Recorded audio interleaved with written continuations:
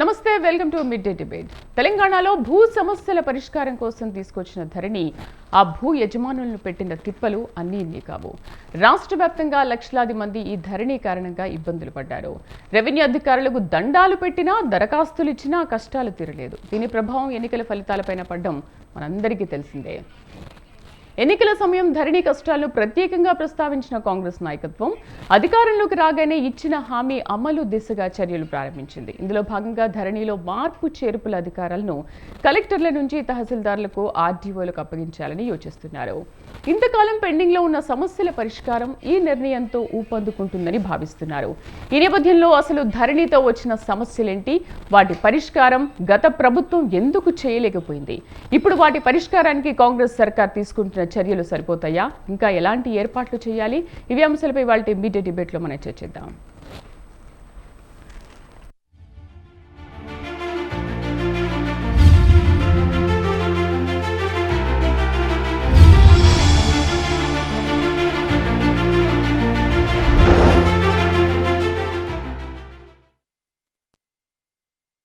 Right, డిబేట్లో పాల్గొనడానికి మనతో పాటు స్టూడియోలో ఉన్నారు సురేష్ పొద్దార్, రిటైర్డ్ జాయింట్ సాదిక్ గారు, ధరణి అధ్యయన నిపుణులు. అండ్ సురేష్ పొద్దార్ గారు కూడా మనతో పాటు కాసేపట్లో జాయిన్ అవుతారు. అండ్ అలాగే నారగొని ప్రవీణ్ కుమార్, సామాజికవేత్త, తెలంగాణ రియల్టర్స్ అసోసియేషన్ అధ్యక్షులు. నమస్తే అండి, welcome to our studio. Right, Sadiq గారు, ముందుగా మనం మొదలు పెడదాం. అధికారులను బదిలీ చేసినంత మాత్రాన వీళ్ళ సమస్యలు పరిష్కారం అవుతాయి అని అనుకోవచ్చా? అసలు ఎందుకు బదిలీ చేయాల్సిన అవసరం ఎందుకు వచ్చింది? ఇక్కడ ముఖ్యంగా ధరణి పోర్టల్ని తీసుకురావడం లోపల 2020 కొత్త రెవెన్యూ చట్టం తెచ్చారు. ఈ కొత్త రెవెన్యూ చట్టంలో మామూలుగా ఉన్న విషయం ఏంటంటే, ఎవరికైనా కలెక్టర్ గారికే అన్ని అధికారాలను కట్టబెట్టడం జరిగింది. జిల్లా కలెక్టర్ ఇస్ ద రెస్పాన్సిబుల్, బాధ్యుడు అని. తర్వాత ఏం మాట్లాడలేదు. తర్వాత ఏం మాట్లాడకపోవడమే పెద్ద సమస్య అయింది. కలెక్టర్ గారే సమస్తం అన్నారు. తర్వాత చట్టం ఏం మాట్లాడలేదు, రూల్స్ ఏం రాలేదు. ఏం చేస్తాడు, ఏదైనా ఒక విషయాన్ని ఎలా పరిష్కారం చేస్తాడు, రూల్స్ రావాలి. ఏదైనా ఒక చట్టం చేసినప్పుడు ఒక చట్టం ఏమో మామూలుగా ఒక ఫ్రేమ్వర్క్లో చట్టం చేస్తాడు. దాన్ని యథావిధిగా కొనసాగించడానికి కొన్ని రూల్స్ వస్తాయి, ఎలా చేయాలని స్పష్టంగా ఉంటాయి. దీనికి రూల్స్ లేవు. అంటే ఎంత లోపభూయిష్టమైన చట్టాన్ని తెచ్చారంటే, ఆ చట్టంలో కలెక్టర్లకు కూడా అర్థం కాలేదు ఏం చేయాలనేది. తాంబు పెట్టాలి, ఓన్లీ అంగీకరించాలి లేదా రిజెక్ట్ చేయాలి. ఎలా రిజెక్ట్ చేయాలి తీసుకొచ్చేటప్పుడు రూల్స్ అండ్ రెగ్యులేషన్స్ అన్ని వాళ్ళకి చెప్తారు కదా, ఇలా చేయాలి, ఇలా ఉండాలి అని. బట్ కలెక్టర్లకు కూడా తెలియకపోవడం, ఒకే ఒక సర్క్యులర్ వచ్చింది, ప్రభుత్వమే డిస్పోజ్ చేయాలి అంతే. అంటే ఏం చేశారంటే, నేను చెప్పినట్టు వినాలి, ఓకే, నేనేది చెప్తే కలెక్టర్లు అదే చేయాలనుకున్నారో ఏమో గత పాలకులు. అది అర్థం కాని విషయం. దాంతో కలెక్టర్లు తమ ఇష్టం వచ్చినప్పుడు, ఒక జిల్లా కలెక్టర్ ఇంకో జిల్లా కలెక్టర్ మాట్లాడుకొని నువ్వేం చేస్తున్నావన్నా, నేనేం చేస్తున్నానన్నా, అంతే తప్ప సాంప్రదాయమైన పద్ధతి తప్ప ఇంకేది రాలేదు. ఒక సర్క్యులర్ నెంబర్ 1 ఒకటి వచ్చింది. దాంట్లో కొన్ని విషయాలు చెప్పారు. ఇక ఇప్పుడు ఈ రోజు విషయానికి వస్తే, కలెక్టర్ల నుంచి తహసీల్దార్లకి బదిలీ అయిన విషయం నిజమే. ఇంతకు ముందు కూడా కలెక్టర్లకు తహసీల్దార్లు బదిలీ చేశారు విషయాన్ని, కానీ చట్టంలో వాళ్ళు చూసిన తర్వాతనే వీళ్ళు, లేకపోతే కలెక్టర్ కూడా తహసీల్దార్కే బదిలీ చేసేవారు. కానీ చట్టంలో లేదు. బదిలీ చేసిన తర్వాత తప్పని పరిస్థితుల్లో ఈయన బదిలీ చేసిన అంశాన్ని ఆయనకు అక్కడికి పంపేవాడు, కలెక్టరే తుది నిర్ణయం తీసుకునేవాడు. దాని ద్వారా అనేకమైన లక్షల సమస్యలన్నీ కూడా, కలెక్టర్కి ఎన్నో పనులు ఉంటాయి. కలెక్టర్ ఓన్లీ ఇట్లా తాంబు పెట్టేసి ఇట్లా కూర్చుంటుంటే మీటింగ్ అవుతూ ఉంటుంది. ఏదో ఒకటి రిజెక్ట్ రిజెక్ట్ రిజెక్ట్ అన్ని రిజెక్ట్. మీ దగ్గర ఒక కలెక్టర్ గారు పొద్దున్నే ఒక రివ్యూ వస్తుంది చీఫ్ సెక్రటరీ నుంచి, ఏంటండి ధరణిలో ఒక 10 లక్షల సమస్యలు, ఒక 10,000 సమస్యలు మీ దాంట్లో ఉన్నాయి. లేదు మేడం, నేను ఈరోజు చేసేస్తాం, రేపు చేసేస్తారు. ఇట్లా పెట్టేసి రిజెక్ట్ రిజెక్ట్, ఒక 500 రిజెక్ట్ చేసేయండి, రోజుకు 500 రిజెక్ట్ చేసేస్తే 5,000 అయిపోతాయి. అలా రిజెక్ట్ చేయడం అనేది జరిగింది. అంటే వాటి గురించి పరిష్కారానికి సంబంధించినటువంటి విషయాలు వచ్చినప్పుడు వాటిని ఏ విధంగా చేయాలో రూల్స్ లేకపోవడం వల్ల కలెక్టర్లు కూడా చాలా వరకు సందేహంలో ఉన్నారు. ఆ సందేహంలో ఉన్న వాటిని ఇప్పుడు రాష్ట్ర ప్రభుత్వం ఏమంటుందంటే, లేదు తహసీల్దార్లు చేయొచ్చు, తహసీల్దార్లకు మేము ఫుల్ పవర్స్ ఇస్తున్నాం, తహసీల్దార్లు వాళ్ళు ఏదైనా సమస్య పరిష్కారం ఉంటే చేసేస్తారు, ఆ సమస్యను పరిష్కరిస్తారు అని చెప్పడం జరిగింది. మరి తహసీల్దార్లు ఎట్లా సమస్యను పరిష్కరించాలి అని అంటే, ఇంతకు ముందున్న రికార్డ్స్ ఉన్నాయి. అయితే దురదృష్టవశాత్తు ఎప్పుడైతే ఎల్ఆర్యూపీ జరిగిందో అంతకుముందు 2008కి ముందు ఉన్నటువంటి పూర్తి రికార్డులన్నీ కూడా ఆ రికార్డులన్నీ కూడా మళ్ళీ కంప్యూటర్లోకి వ్యవస్థీకరించలేదు. ఓకే. అంతకుముందు అంటే ఎప్పుడైతే మీ సేవని తీసుకొచ్చారో, మీ సేవలో పహనిస్ పెడుతున్నామని 2008 నుంచి 2000 అంతకుముందు నుంచి చాలా రోజుల నుంచి ఒక 10 సంవత్సరాల పాటు రికార్డు లేవు వీళ్ళ దగ్గర. ఇప్పుడు తహసీల్దార్ దగ్గర 10 సంవత్సరాల పాటు రికార్డు లేవు. రేపు అదే సంబంధించిన రికార్డు వచ్చింది అనుకోండి, ఏం చెప్తారు? అది ఆన్లైన్లో ఉన్నాయని చెప్పారు, జమాబందీ కాలేదని చెప్తున్నారు. మేము జమాబందీ కాలేదు కాబట్టి పహనీయే రాయలేదు అంటున్నారు. పహని రాయనప్పుడు ఆ సంవత్సరాల్లో ఎవరు భూమి మీద ఉన్నారో చెప్పగలుగుతారా? అప్పుడు ఏం జరిగిందంటే ఆ మీ సేవలో ఉన్నటువంటి అన్ని కూడా కంటిన్యూగా కొనసాగించుకుంటారు వచ్చారు. ఫస్ట్ ఇయర్లో ఎవరైతే ఉన్నారో వాళ్ళందరూ కంటిన్యూ. అంతకుముందు సాఫ్ట్వేర్ అంతగా లేదు కాబట్టి సాఫ్ట్వేర్ ఉంది. వచ్చిన తర్వాత 2020లో ఏం చేశారంటే ఆ సాఫ్ట్వేర్ని చెదబుట్లో పడేశారు. కానీ ఇప్పటివరకు దానికి సంబంధించినటువంటి సమాచారం లేదు. ఏమని అన్నారు? మేము ఎల్ఆర్యూపీ ద్వారా ప్రక్షాళన చేసేసాం, మొత్తం రికార్డులన్నీ ప్రక్షాళన అయిపోయినాయి, టోటల్గా రికార్డులు ఎక్కడ కూడా సమస్యలు లేవు, ఇగో ఈ రికార్డు కరెక్ట్ రికార్డు, ఈ కరెక్ట్ రికార్డును డైరెక్ట్గా దానిలోకి ఎక్కించండి. కానీ ఇది కరెక్ట్ రికార్డు కాదు, దీంట్లో సమస్యలు ఉన్నాయి. ఇక్కడ మెయిన్గా ప్రాబ్లం స్టార్ట్ అయింది. ఇక్కడ ఏమైంది? మీకు ఒక 20 ఎకరాల భూమి ఉందనుకోండి, వీళ్ళు 20 ఎకరాల భూమిలో భూస్వాములకు మాత్రమే మళ్ళీ భూమి వేయింది. ఏం జరిగింది? నేను అమ్మిన వాళ్ళకి. అంటే ఎప్పుడైతే నక్సల్బరీ వచ్చిందో తెలంగాణలో ఒక 1990 దశకంలో నక్సల్బరీ వచ్చినప్పుడు ఈ దొరలందరూ వెళ్ళిపోయారమ్మా హైదరాబాద్కి. ఊర్లని ఎంత పడితే అంత 10 ఎకరాల తీసుకో, ఎవరికి పడితే వాళ్ళకు సిగరెట్ డబ్బీల మీద రాశారు, తర్వాత కాగితాల మీద రాసేసి అయిపోయారు. వాళ్ళ భార్యలు ఏమన్నారు, ఎంతో ఇంత ఇవ్వండి మేము వెళ్ళిపోతాం, ఎందుకంటే చావు అక్కడ చచ్చే పరిస్థితి, మేము ఇక్కడ బతుకునే లేదు అని వెళ్ళిపోయారు. హైదరాబాద్కి వచ్చారు. వచ్చినప్పుడు వాళ్ళు అవన్నీ భూములకు వీళ్ళ పేర్ల మీద రాలేదమ్మా.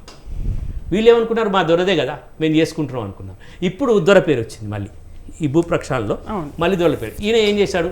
ఈ ధరణి రాగానే దొర దగ్గర పేరు, దొర నా ఇంకా నీ పేరు మీదనే వస్తుంది, ధరణిలా నీ పేరు మీద వస్తుంది. ఉండని బిడ్డ, ఏమవుతుంది? నేను వచ్చి సాగు చేస్తున్నానా? ఉండని నీ పేరు మీద ఉండని, నువ్వు చేసుకో, నేను వచ్చి చేస్తలేను కదా అంటే దొర మరి రైతు బంధు రావట్లేదు. దీన్ని బట్టి రైతు బంధు ఇచ్చారు ఈ రికార్డుని బట్టి. ఈ దొరకు అనుకోకుండా దొర వాళ్ళ భార్యకి 30 ఎకరాలు ఉంటే, పాత 30 ఎకరాలు ఉన్నాయి కదా, శుభ్రంగా 60,000 పడుతున్నాయి. వాళ్ళు చాలా సంతోషంగా ఉన్నారు ఈ దొర వాళ్ళు. అసలు భూమి లేదు కానీ రైతు బంధు వస్తుంది. కానీ వీడు భూమి ఉన్నవాడు భూమి లేనివాడిగా దాన్ని తయారు చేసింది. కానీ కరెక్ట్గా ఎలిజిబుల్ ఉన్న వాళ్ళకి ఇప్పటికీ రైతు బంధు అనేది. అయితే ఏం జరిగింది? భూమిని అమ్ముకున్న వాళ్ళ పేర్లు కూడా ధరణిలో వచ్చేసాయి. అంటే ఏదైతే ప్రక్షాళన చేశామో మేము రికార్డులని, భూమి మీద ఉన్న వాళ్ళందరి పేర్లు కూడా మేము ఎక్కించామని ప్రభుత్వం భావించిందో అది తప్పు. అయితే తప్పు జరగడం వల్ల తప్పుల తడకతో ధరణిలో రికార్డులోకి వచ్చేసారు. రావడం వల్ల అనేక మంది తమ భూమిని కోల్పోవడము, భూమి లేదని అనుకోవడము, ఇవన్నీ విషయాలు వచ్చేసాయి. రైట్. మనతో పాటు Suresh Poddar, retired joint collector గారు కూడా మనతో పాటు జాయిన్ అయ్యారు. నమస్తే అండి, వెల్కమ్ టు స్టూడియో. ముందుగా నారగని ప్రవీణ్ కుమార్ గారితో మనం మాట్లాడదాం. ప్రవీణ్ గారు ఏమంటారు? జీవో ప్రకారం భూమి దున్నినవాడా అంటే కాలాన్ని బట్టి అది ఎవరికి చెందుతుంది, ఎవరికి సొంతం అవుతుంది అనేది అసలు ఎలా తెలుస్తుంది? ఈ జీవో ఇలా అమలు చేయడం అనేది ఎంతవరకు కరెక్ట్? మేడం, గుడ్డెద్దు చేతుల పడ్డట్టుగా ధరణి పోర్టల్ తీసుకురావడం జరిగింది గత ప్రభుత్వము. కనీసం ఒక 25 లక్షల మంది రైతులు ధరణి పోర్టల్లో ఉన్నటువంటి సమస్యలతోటి పీడించబడ్డారు, బాధించబడ్డారు. ఇంకా కూడా 10 లక్షల మంది రైతులు ధరణి సమస్యలతోటి అవుతూనే ఉన్నారు. మరి ఏ రైతుల భూములైతే ధరణిలో 22A కింద ఉన్నాయో ఆ రైతులకు ఇప్పటి వరకు కూడా రైతు బంధు రావడం లేదు. ధరణి అనేది సమస్యల పుట్ట, అది ఒక పాపాల చిట్ట, పాపాలే. ధరణి ప్రభుత్వ భూమిని ప్రైవేట్ భూమిగా మార్చింది, ప్రైవేట్ భూమిని ప్రభుత్వ భూమిగా మార్చింది. ఎవరైతే నిజమైనటువంటి రైతు ఉన్నాడో ఆ రైతు పేరు మీద ఉన్నటువంటి భూమిని ఇంకొక రైతు పేరు మీదకి మార్చడం జరిగింది అన్నట్టు. ఇది ధరణిలో సాదా బైనామాలలో చాలా మంది పాత రోజులలో ఒక తెల్ల పేపర్ మీదనో లేదా 100 రూపీస్ బాండ్ మీదనో పొలం కొనుక్కునేవాళ్ళు. వాళ్ళ సాదా బైనామాల లిస్ట్ లో ఉండేది, అంటే రెవెన్యూ రికార్డ్స్ లో నమోదు కాకపోయేది. అదేం చేశారంటే పాత రైతుల మీదనే ధరణి పోర్టల్లో ఎవరికి ఇష్టం వచ్చినట్టు వాళ్ళు కాజేసుకున్నారు రిజిస్ట్రేషన్. కానీ ప్రవీణ్ గారు డిస్టర్బెన్స్ గా ఉంది. ప్రవీణ్ గారు నిజమైనటువంటి ఇష్టపోవటం జరిగింది అన్నట్టు. రైట్, కాస్త డిస్టర్బెన్స్గా ఉంది, మళ్ళీ మనం మాట్లాడదాము. సురేష్ గారు ఏమంటారు? అంటే ఇప్పుడు ప్రభుత్వం ధరణి పోర్టల్ కు ముందు ఇంటి భూమి ఉందో, ఎంతైతే సీలింగ్ భూమి ఉందో, ఎంతైతే దేవాదాయ భూమి, ఎంతైతే భూదాన భూమి ఉందో ఆ లెక్కలు తీస్తే ఇప్పుడు ధరణి పోర్టల్ ద్వారా ఇతరుల పేరు మీద నమోదైనటువంటి ప్రభుత్వం ఉంది. అయితే ఈ సాఫ్ట్వేర్ ఇప్పుడు ఉన్నటువంటి సాఫ్ట్వేర్ సంస్థ ఉంది. ఆ సంస్థకు రద్దు చేసి భారతదేశం నడుపుతున్నటువంటి ధరణి పోర్టల్ కాకపోతే వీళ్ళు కాంగ్రెస్ గవర్నమెంట్ ఏదో భూమాతగా మార్చినంత మాత్రంలో సమస్యలు తీరవండి. సమస్యలు ఆల్రెడీ గత ప్రభుత్వమే గుర్తించింది. అన్ని జిల్లా కలెక్టర్ ఆఫీసులలో రైతులు పడుతున్నటువంటి బాధలు, వాళ్ళ సమస్యలు ఆల్రెడీ రికార్డ్ అయి ఉన్నాయి. ఆ సమస్యల పరిష్కారం కోసం ఈ గవర్నమెంట్ ఒక 5 జరిగింది. ఆ కమిటీతో ఈ సమస్యల పరిష్కారం అవుతుందని నేను అనుకోను. వాళ్ళతో పాటుగా జిల్లా వైజ్గా ఇంకా కొంతమందిని వాళ్ళ అండర్లో నియమిస్తే, అట్లాగే ఇప్పుడు ఎంఆర్ఓలకు కూడా ధరణి సమస్యలు పరిష్కరించే హక్కులు ఇస్తున్నట్టుగా ప్రభుత్వం చెప్తుంది. అది నిజమే అయితే చాలా సమస్యలు త్వరగా పరిష్కారం అయ్యే అవకాశం ఉంటుంది.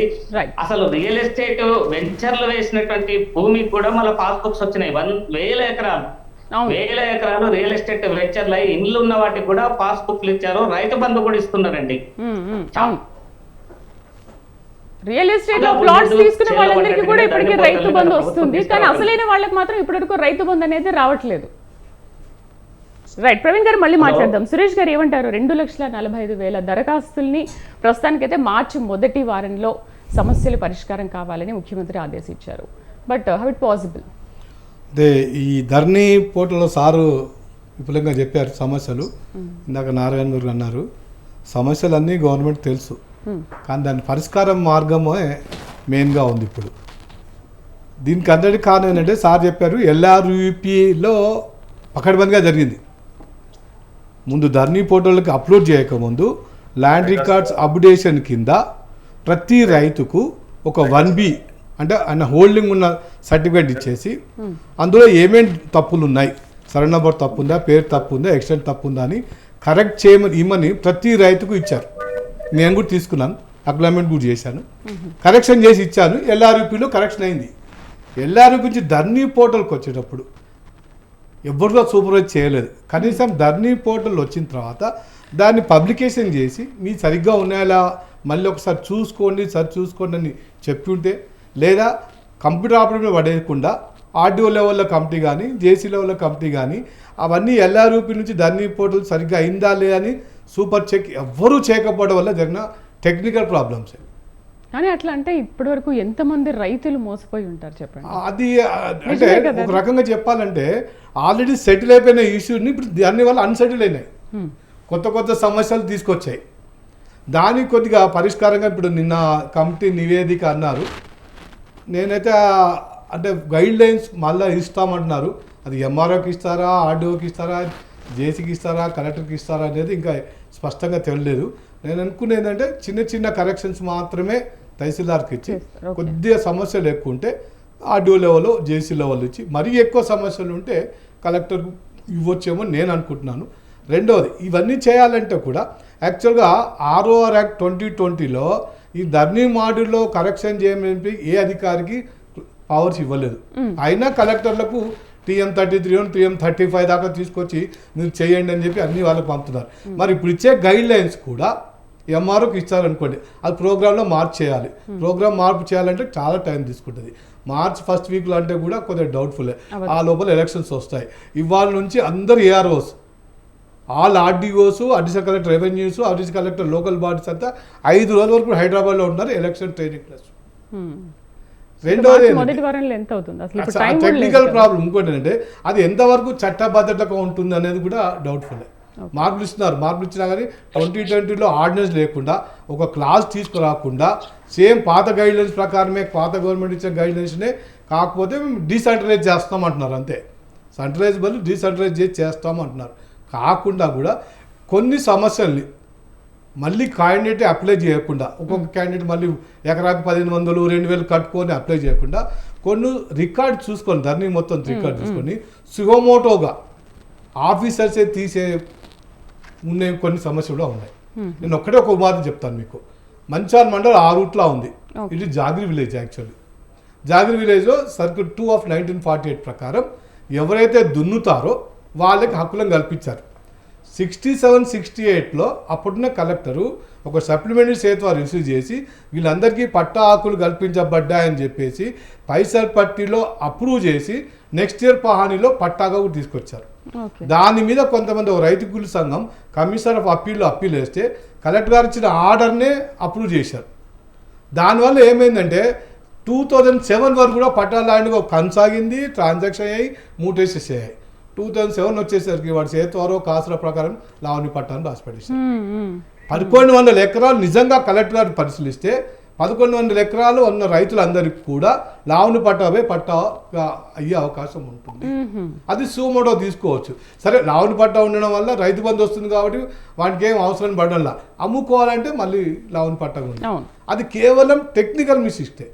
చాలామంది ఎంఆర్ఓస్ కూడా సరైన గైడ్లైన్స్ లేకపోవడం, 22 ఇయర్లో ఏ విధంగా తయారు చేయాలి, 22 ఇయర్ రికార్డు ఏ విధంగా తయారు చేయాలి, సరైన గైడ్లైన్స్ లేకపోవడం వల్ల జరిగిన పొరపాట్లు చాలా జరిగినాయి. 2015లో మన high court of Andhra Pradesh triple bench order క్లియర్గా ఇచ్చింది ఏ ల్యాండ్స్ నెలలో పెట్టాలనేటువంటిది. అది ఒక్కసారి సుమోటోగా తీసుకుంటే 22కి సంబంధించిన సమస్యలన్నీ తీరిపోతాయి. చాలా మంది ఇప్పటికి కూడా collectors, sorry to say this government, still today కొంత యాక్చువల్గా ఐఏఎస్ సెలెక్ట్ అయ్యాక ఒక 1 year ట్రైనింగ్ ఇస్తారు. రెవెన్యూ అన్ని ట్రైనింగ్ ఇచ్చిన తర్వాత సబ్ కలెక్టర్ చేస్తారు. తర్వాత ఒక ఐటీడీఏనో ఏదో ఒక సైడ్ పోస్ట్ ఇస్తారు. తర్వాత జాయింట్ కలెక్టర్ ఇస్తారు. తర్వాత కలెక్టర్ ఇస్తారు. ఇప్పుడు కొంతమంది కలెక్టర్స్ చెప్తే అసలు సబ్ కలెక్టర్ చేయలేదు, జాయింట్ కలెక్టర్ చేయలేదు, కలెక్టర్ అది వాళ్ళకి అసలు మూలే రెవెన్యూ సబ్జెక్ట్ రానప్పుడు ఇక దాన్ని ఎప్పుడు అప్రూవ్ చేసుకుంటారు. ఆ ట్రైనింగ్ తీసుకుంటే సరే. ఇప్పుడు వచ్చిన గైడ్ లైన్స్ వచ్చినా కానీ ఇప్పుడు ఎంఆర్ఓస్కి, ఆర్డీఓస్కి, జేసీలకు, కలెక్టర్ కూడా రిఫ్రెషింగ్ కోర్సు ద్వారానే చేయాల్సి వస్తుంది. అన్వేష్ గారు, ధరణి లోపాలను సవరించడానికి అసలు చట్ట సవరణ చేయడం అవసరం లేకపోతే కొత్త చట్టాన్ని తీసుకురావాలా? ఉన్న సర్కులన్నీ జారీ చేసి సరిపోతుందా? మేడం, ఇక్కడ చట్ట సవరణ చేయవలసిన అవసరం ఉందా, కొత్త చట్టం తీసుకురావాల్సిన అవసరం ఉందా అనే దానికంటే ముందు కూడా ఈ రాష్ట్రంలో తెలంగాణలో భూ రికార్డుల ప్రకటనలు వచ్చిన తర్వాత, ధరణి వెబ్సైట్ వచ్చిన తర్వాత ఏ రకమైనటువంటి ఇబ్బందులు ఉన్నాయి, ఆ ఇబ్బందులను తొలగడానికి ఏం చేయవలసినటువంటి అవసరం ఉన్నది, చట్ట సవరణ చేయవలసిన అవసరం ఉంటే చట్ట సవరణ చేస్తారు. ఒకవేళ కొత్త చట్టాన్ని తీసుకురావాల్సిన అవసరం ఉంటే కొత్త చట్టం తీసుకొస్తారు. కానీ అంతిమంగా కావాల్సింది రైతులకు తన భూమి మీద ఉన్నటువంటి హక్కు పత్రం రైతుకు రావాలి. అది లేదు కాబట్టి ఇవాళ ఒక కమిటీ, ధరణి మీద ఒక కమిటీ వేసి ఆ కమిటీ గ్రామాలలో ఏ రకమైనటువంటి సమస్యలు వస్తున్నాయి, దానికి పరిష్కార మార్గాలు ఏంటనేటువంటి విషయంలో రైతులతో మాట్లాడడం జరుగుతూ ఉన్నది.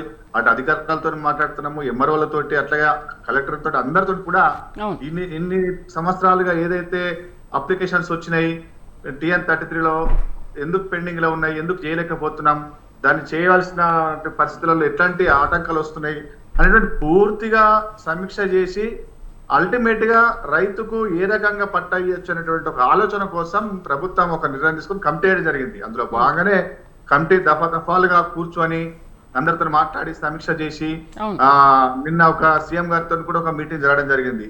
అల్టిమేట్ గా ఈ రైతాంగానికి భూమి హక్కును కల్పించడంలో ప్రభుత్వం రేపు కీలక పాత్ర పోషించబోతుంది. ఏదైతే ఇన్ని రోజులు ఆటంకాలు ఉన్నాయో ఈ ధరణి వచ్చిన తర్వాత ఎన్ని రకాల ఇబ్బంది పడ్డారు అవన్నిటి కూడా ఒక పరిష్కారం అనేది చూపించబోతా ఉన్నది. బట్ 2,45,000 దరఖాస్తులు అయితే ముందు ఒక మార్చి మొదటి వారంలో పరిష్కారం కావాలి అంటే ఇంత తక్కువ పీరియడ్లో పరిష్కారం అయ్యే అవకాశం ఉందా? ఒకవేళ పరిష్కరించాలి అంటే ఆ కమిటీలో మీరు ఎంతమంది నియమిస్తున్నారు? దాంట్లో ఎంతమంది వర్కౌట్ చేస్తే పరిష్కారం అవుతుంది? బట్ సార్ అన్నారు, సురేష్ గారు, అంత తొందరగా వర్కౌట్ కాదు. ప్రవీణ్ గారు కూడా అదే చెప్పారు, అంత తొందరగా వర్కౌట్ అయ్యే పని కాదు, దాని కింద ఎంతో మందిని పెడితే కానీ దానికి కుదరదు అంటున్నారు. బట్ అంత తొందరగా ఎలా పరిష్కారం చేస్తా అంటున్నారు మీరు? అంటే ఇప్పుడు వచ్చినటువంటి వార్త అంతా కూడా అఫీషియల్ గా అనౌన్స్ చేసి ప్రభుత్వం తరఫున ప్రెస్ మీట్ పెట్టి చేసినటువంటి పరిస్థితి కాదు. పేపర్లలో వచ్చింది, దాన్ని బట్టి మనం మాట్లాడుతూ ఉన్నారు. కానీ అక్కడ ఏం జరిగింది, ఎట్లాంటి నిర్ణయాలు తీసుకుంటారని అయితే బయటకు రాలేదు కదమ్మా. మీరు అన్నట్లు పేపర్లు వచ్చినట్టు కూడా 2 లక్షల చిల్లర అప్లికేషన్లను చేయాలి అని అన్నారు. అనుకున్నప్పటికీ కూడా కొన్ని ఎంఆర్ఓ స్థాయిలో పరిష్కారం అయితే ఉంటే, కొన్ని కలెక్టర్ స్థాయిలో పరిష్కారం అయితే, కొన్ని సీసీఎల్ పరిష్కారమై ఉంటాయి. కానీ ఆ గతంలో ప్రతిదీ కూడా సీసీఎల్కు ముడిపెట్టినటువంటి పరిస్థితి ఉంది. ప్రతిదీ కూడా అప్లై చేసుకుంటే సీసీఎల్ రావాలి, సీసీఎల్ వాళ్ళు రిజెక్ట్ చేస్తే రిజెక్ట్, లేదా చేస్తే చేయొచ్చు, అట్లాంటి పరిస్థితి ఉన్నది. కానీ ఇందులో కొన్ని ఖచ్చితంగా ఎంఆర్ఓ స్థాయిలో పరిష్కారం అయితే ఉంటాయి. కాబట్టి ఒకవేళ అట్లాంటి పరిస్థితి ఉంటే ఖచ్చితంగా ఎంఆర్ఓ స్థాయిలో పరిష్కారం అయితే ఉంటే అవ్వచ్చు. కానీ ఇది ఖచ్చితంగా ప్రభుత్వం తరఫున అనౌన్స్ వచ్చినటువంటి కాదు కదా, ఓన్లీ ఒక పేపర్ లో వచ్చినటువంటి దాని మీద చర్చ జరుగుతా ఉన్నది. కానీ చాలా ఉన్నాయి కదండి, చాలా ఉన్నాయి పరిష్కారం. భూమి సమస్య చాలా ఉన్నాయి. ఇది ఖచ్చితంగా టైం తీసుకొని సరి చేసి అల్టిమేట్ గా భూ సర్వే జరగాల్సిందే మేడం. దీంట్లో ఎట్టి పరిస్థితుల్లో పొజిషన్ సర్వే జరగకుండా పూర్తి స్థాయిలో మాత్రము ఈ సమస్య పరిష్కారం కాదు. దానికోసం అసలు ఎట్లాంటి సమస్యలు వస్తున్నాయని కసరత్తు చేస్తున్నారు, కానీ అల్టిమేట్ గా ఫైనల్ చేయాల్సింది మాత్రం పొజిషన్ సర్వే. అది చేస్తేనే ప్రతి రైతుకు పరిష్కారం అవుతుంది. రైట్ రైట్ సురేష్ గారు, మీరు ధరణి పుట్టినప్పటి నుంచి ఉన్నారు, అసలు దాని చరిత్ర, పుట్టుపూర్వోత్తరాలు అన్నీ మీకు తెలుసు. ధరణిలో అసలు ఏంటి, అప్పుడు ఎలా ఉండేది, ఇప్పుడు ఎలాంటి మార్పులు చోటు చేసుకుంటే రైతుకి పరిష్కారం లభిస్తుంది అంటారు? టోటల్గా ధరణి గురించి మీరేం చెప్తారు? నేను సాధికనమ్మా. అయితే విషయం ఏంటంటే ధరణిని మేము పారదర్శకంగా తీసుకొస్తాము, ప్రజలకు ఇబ్బంది లేకుండా తీసుకొస్తాము, రిజిస్ట్రేషన్ని మ్యూటేషన్ని కలుపుతాము. అంటే ఇంతకు ముందు ధరణికి ముందు రిజిస్ట్రేషన్ ఆఫీస్లో జరిగేది. ఆ పత్రాలను తీసుకొని వచ్చి రెవెన్యూ కార్యాలయంలో సమర్పిస్తే రెవెన్యూ అధికారులు ఆ భూమి ఉందా లేదా చెక్ చేసి ఆ భూమి మీదకి అవసరమైతే వెళ్ళి వాళ్ళకి కావలసినవి తీసుకొని అప్పుడు వాళ్ళకి మ్యూటేషన్ ఇచ్చేవాళ్ళు. అంటే రిజిస్ట్రేషన్ వేరుగా ఉండేది, మ్యూటేషన్ అనేది వేరుగా ఉండేది. మ్యూటేషన్ అంటే భూమి మార్పిడి, భూమికి సంబంధించినటువంటి మార్పిడి జరిగేది. భూమి మార్పిడి అంటే భూమికి సంబంధించినటువంటి వాళ్ళు రెవెన్యూ రికార్డులో వాళ్ళ పేరెక్కి వాళ్ళకి పాస్బుక్ వచ్చేది. ఇక్కడ రిజిస్ట్రేషన్ వేరు, ఇక్కడ మ్యూటేషన్, ఈ రెండు హక్కు వచ్చేది. ఈ రెండు వేరువేరుగా ఉండేది. ధరణిని తీసుకొచ్చిన తర్వాత ఏమన్నారంటే ఏ రోజైతే రిజిస్ట్రేషన్ జరుగుతుందో 15 నిమిషాల్లోనే మీకు మ్యూటేషన్ జరుగుతుంది, మీరు మళ్ళీ రెవెన్యూ ఆఫీస్కి వెళ్ళాల్సిన అవసరం లేదు. ఆ రెవెన్యూ ఆఫీసులను మేము తీసేస్తున్నాము, రెవెన్యూ ఆఫీస్ రిజిస్ట్రేషన్ ఆఫీసులు తీసేస్తున్నాము. రిజిస్ట్రేషన్ అప్పుడు డివిజన్ స్థాయిలో ఉండేది, ఇప్పుడు ఎంఆర్ఓ లెవెల్ స్థాయిలోనే registration come mutation with in 15 minutes. That is the portal. ఇది పోర్టల్ ఉద్దేశం అమ్మా, అది ఇది ఉద్దేశం. ఈ ఉద్దేశ ప్రకారంగా చేయాలనుకుంటే పాతది చట్టం ఒకటి ఉంది, 1971లో ఒక చట్టం తీసుకొచ్చారు. ఈ మ్యూటేషన్, ఈ యొక్క రిజిస్ట్రేషన్ డాక్యుమెంట్ మ్యూటేషన్కి వస్తే ఇది చూసి నోటీస్ ఇచ్చేవాళ్ళు, ఈయనకు భూమి ఉందా లేదా. ఒక 10 రోజుల పాటు ఒక గ్రామ పంచాయతీ ఆఫీసులో నోటీస్ పెట్టేవారు. వీని మీద ఏమైనా అభ్యంతరాలు ఉంటేనే, ఇక్కడ నువ్వు రిజిస్ట్రేషన్ చేసుకోవడం గొప్ప కాదు, ఇక్కడ పేరున్నా లేకున్నా రిజిస్ట్రేషన్ చేసుకుని వస్తావు, కానీ నీకుందా లేదా గ్రామంలోకి వెళ్తాం, గ్రామంలో గ్రామ పంచాయతీలు వేస్తారు నోటీసు. తర్వాత ఎవరికైనా అభ్యంతరాలు ఉంటే ఒక 10 రోజుల్లో అభ్యంతరాలు చెప్పాలి, చెప్తే అప్పుడు మ్యూటేషన్ జరిగేది. ఇప్పుడు ఆ పద్ధతి లేదు. నీకు ఉంది అంటే, నీకు రిజిస్ట్రేషన్ అయిపోయిందంటే మ్యూటేషన్ అయిపోతుంది. ఇది ఇక్కడ తిరకాసు వచ్చింది. మరి ఎందుకో కానీ కొత్త ప్రభుత్వం కూడా గుర్తిస్తలేదో ఏమో, కొత్త ప్రభుత్వం కూడా కనిపిస్తలేదో ఏమో, మా కమిటీకి కూడా కనిపిస్తలేదో ఏమో. చాలా దురదృష్టం. కాలయాపనం జరుగుతుంది. అన్వేష్ రెడ్డి గారు, 7.5 లక్షల దరఖాస్తులు ఈరోజు సాదా బైనామాలో ఉన్నాయమ్మా. ఎందుకు మేము కొత్త ప్రభుత్వం వచ్చిన తర్వాత మేము ఎందుకు ఆగాలని మేము అడుగుతున్నాం. ఎందుకంటే ఒక చిన్న సవరణ చేయకూడదు. ఇంతకుముందు సార్ చెప్పిన టెక్నికల్ ప్రాబ్లమ్సే కాదు, ఒక చిన్న ముచ్చట చెప్తాను. ఏం జరిగిందంటే సాదా బైనామా అంటే ఏంటంటే అగ్గిపెట్టెల మీద కాగితాల మీద రాసిన వాళ్ళు ఇంకా ఉన్నారమ్మా. మనం ఏమనుకుంటున్నాం, అందరూ అయిపోయింది అనుకుంటున్నాం. కానీ అప్పటి ప్రభుత్వం 2020లో అమ్మ అక్టోబర్ నుంచి నవంబర్ వరకు పెంచింది. ఇంకా సాదా బైనామాలకు మీరు దరఖాస్తు పెంచుకోండి అని. అక్టోబర్ 20 రోజు ఇక్కడ ఒక చాలా ముఖ్యమైన విషయం అన్వేష్ రెడ్డి గారు కూడా గుర్తించాలి, ఇక్కడ ఉన్నారు కాబట్టి. 2020 ఏది ధరణి చట్టం వచ్చింది అక్టోబర్లో. అంతకు ముందు సాదా బైనామాలు ఒక 15 రోజుల ముందు, ఒక 15 రోజుల తర్వాత కొంతమందిని చేసుకోమన్నారు. మధ్యలో చట్టం వచ్చింది. మధ్యలో చట్టం వచ్చిన తర్వాత ఇటు చట్టానికి రాకముందు సాదా బైనామాలు అంటే నాకు ఈ కాగితం ఉంది, ఈ కాగితం ప్రకారంగా నాకు పట్టా ఇవ్వండి, నేను రిజిస్ట్రేషన్ చేసుకోలేదు, చేసుకోకుండా చేసేది సాదా బైనామా ప్రక్రియ.